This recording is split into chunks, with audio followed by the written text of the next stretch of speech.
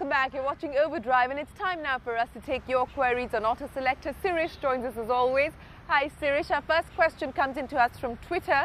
This one is from Hitesh Chauhan. He wants to buy himself a diesel hatchback and has about 5.3 lakh rupees to spend. He needs help choosing between the Chevy Beat and the Ford Figo. Which one would you recommend? Well, that is a difficult question because both these cars are very closely matched. If you need a little more space inside the car, then definitely the Figo because it's a little more spacious than the Beat. But if you want better fuel efficiency, then the Beat because the Beat's engine, that is a very fuel efficient diesel engine. In terms of performance, both are more or less in the same ballpark. The Figo might be slightly quicker, a little more torquier because the Beat's diesel, it's a 3-cylinder diesel, it's a much smaller capacity diesel engine. But otherwise, both the cars are really good.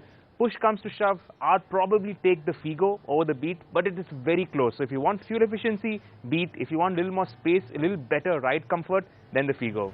Okay, our next question comes in to us from Manshir Gil. He writes in saying he wants to buy the new Volkswagen Jetta, wants to know how it compares to the diesel variants of the Laura, the Altis and the Fluence.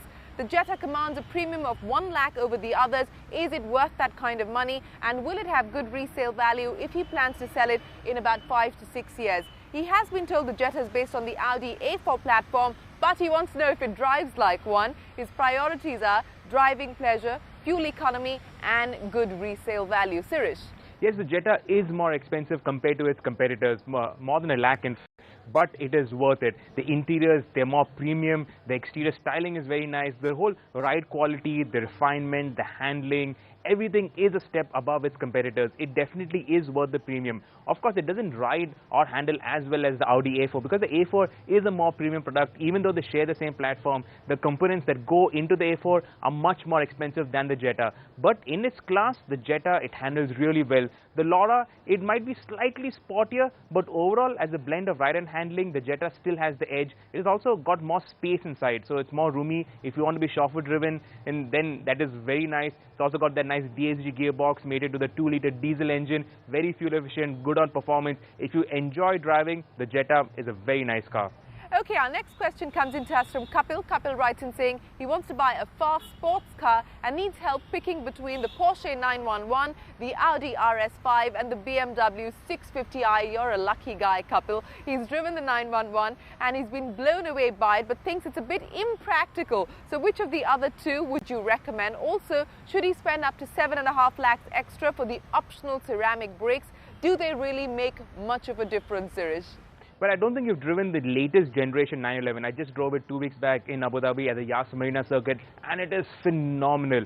But in terms of practicality, well, it is not changed. It's become a little more roomy inside, but it can't take 4 adults. Neither does it have great boot space. So if practicality is a concern for you, the 911 is out, then the 650i is also out and you're left with the RS5. Very fast car, very powerful engine, great ride and handling. Looks okay, not too different from the A4. It is based on the A5, of course. It's a 2-door coupe, but it doesn't look that stunning compared to either the 911 or the 650i. But otherwise, on the whole, in terms of practicality, in terms of performance, in terms of space, it can seat 4 comfortably. So you can do long distances in comfort and then attack a racetrack when the fancy takes you. The only thing is, if you want to spend 7.5 lakhs for ceramic brakes, do that if you're going to be taking it for track days. Then ceramic brakes make a huge difference. Fade-free, completely fade-free performance. The brakes last the lifetime of the car. But otherwise, if you're going to be using it on the road only, then no point. You can save those 7.5 lakhs. You will need that money for fuel in any case. Well, have fun in your sports car, Kapil. Now on to a question from Tejas Shah. He's tweeted Sirish asking when the Mahindra Mini Xylo is expected to hit the roads and what we can expect from it. Another month or 2 at the max. We've seen a lot of these mini Xylos being tested over here and it's in the final stages of its validation. I'll tell you what you can't expect from the mini Xylo. Now, because the length is under 4 meters, it won't be as spacious as a Xylo, so you can't really seat 7 people in comfort. It has 2 tiny jump seats at the back, so you can squeeze in 2 adults in a pinch, but it's not very comfortable. For 5 people, yes, it will be comfortable. Also, the engine has been downsized, so it's under 1.5 liters and it's a 3-cylinder diesel engine, so it won't have the refinement of the 4 cylinders that you get in the Xylo right now. But performance will be adequate because the mini Xylo will be lighter than the current Xylo. It will be a bare basic vehicle. Pricing around 5 to 6 lakhs, so it will be extremely good value for money. I think it will be very good in the market. People will really take to it, and it will also be the start of this whole new wave of compact MPVs and MUVs.